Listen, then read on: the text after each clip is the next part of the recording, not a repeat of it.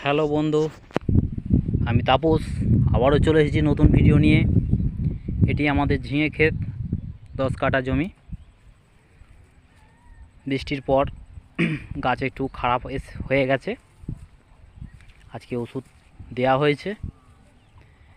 এই পাতলা গাছে কি পরিমাণে ঝিঙে ধরেছে আপনাদের দেখাচ্ছি, আপনারা দেখুন কি পরিমাণে ঝিঙে ধরেছে। দেখুন, পাতলা গাছ, এখনও ঠিকঠাক ঝাঁপিনি গাছটা।